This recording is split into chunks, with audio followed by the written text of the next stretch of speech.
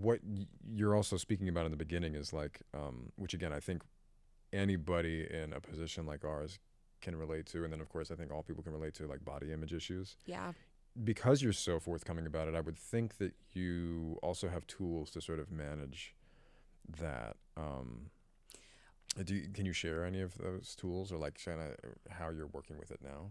Yeah. So I have a treatment team that I work with that helps me stay in recovery. Okay. And I've been in recovery from bulimia for about going on 6 years now. Wow. Okay. And I think the thing for me is I'm now in a body that feels I'm trying to learn body acceptance rather than body positivity, because body positivity feels like I can't even reach that yet. You know, I have to work on body acceptance, body neutrality, because that feels like a goal I can reach. And so some days I just work on, and I do this with my treatment team. I have a nutritionist and a therapist that specializes in eating disorders. And I just work with them on, and we come up with tools, but we do, sessions on body image, and they provide me with a ton of insight. And yeah, I think the main thing that I'm working on is just body acceptance, and just looking in the mirror and being like, this body is strong. This body, like very basic elementary affirmations, but like, this body saved my life and fought for my life when I was, when I overdosed. It's like, this body is a miracle. And that's what I have to focus on, because loving my body in full and having full acceptance over it doesn't feel like it feels too far away right now. You could say that body positivity is almost like still there's a lot of focus on the body, whereas something about the way that I think about body neutrality is like there's just not as much focus on the body, and we are so like body obsessed. We really are. Like, just obsessed, and it's exhausting for all of us. Like I don't care what body you have, it's exhausting for everybody. Yeah. It is. I mean, I actually just recently got into I don't get on social media much, but I have YouTube. Like an old man, and and I started getting myself into shape in the middle of this last season, because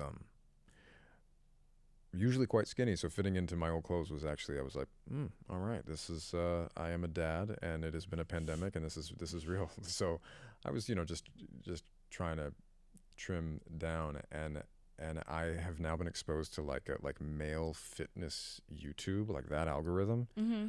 Whew. I mean, it's a wild place. So even I mean, I think like men who exhibit the most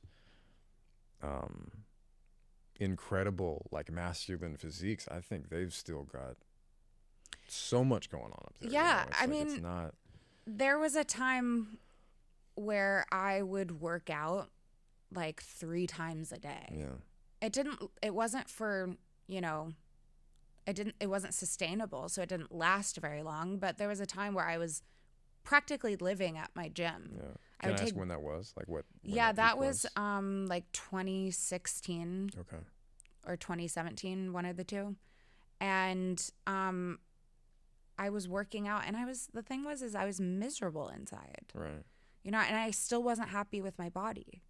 And so when I think about my body and I get triggered because I'm like having a bad body image day, I think to myself like, well, even if you were in the body that you quote unquote desire for right now, like, I guess I didn't need the quote unquotes, but even if you were in the body that you desire, like there's a possibility that you still won't be happy. Yeah, like well, actually, you have to achieve body neutrality at the size you are, because just because you're smaller doesn't mean you're going to find peace with your body image. Yeah, exactly. Or for men, bigger, Right.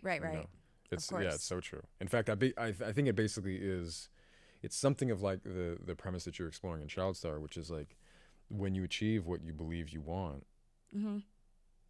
not only are chances are not only that it won't fulfill you, but because you have achieved it and it alone does not fulfill you, you stand a great chance of feeling in some ways worse, or just a surprise disappointment, this sort of hollowness, because it's like, what, Right.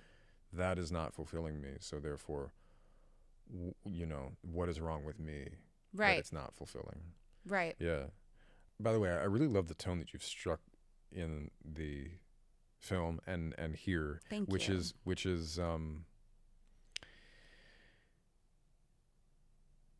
you're not at all. I mean, I want to say to anybody who's also listening, it's like I don't experience it remotely as, it's never complaining. It's like you're bearing witness to this phenomenon that we all bear witness to, but most of us are on one side of the phenomenon, and that is like pop stardom, celebrity, whatever that is. Most people are watching it, and then there's a very few people who are going through it.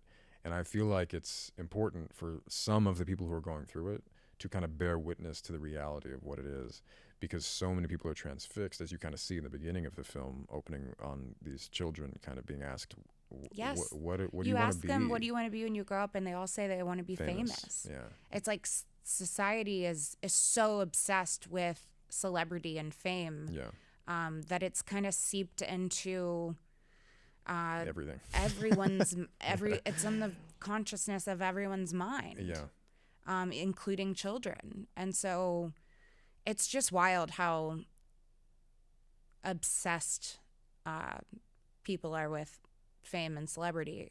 Do you struggle with feelings of like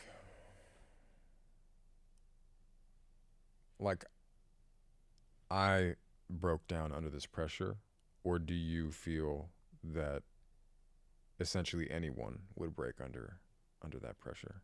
I think anyone would break under this pressure, absolutely. But I also am aware of the fact that I came into this industry with issues already, and eating disorder and substance abuse behaviors. And so I it was only a matter of time before I cracked under the pressure. But I do think that anybody could crack. But then you look at certain celebrities that have not cracked under the pressure after being child stars. They're... Who were they? I mean, like Emma Watson. You know what I mean? Okay, like, yeah, fair.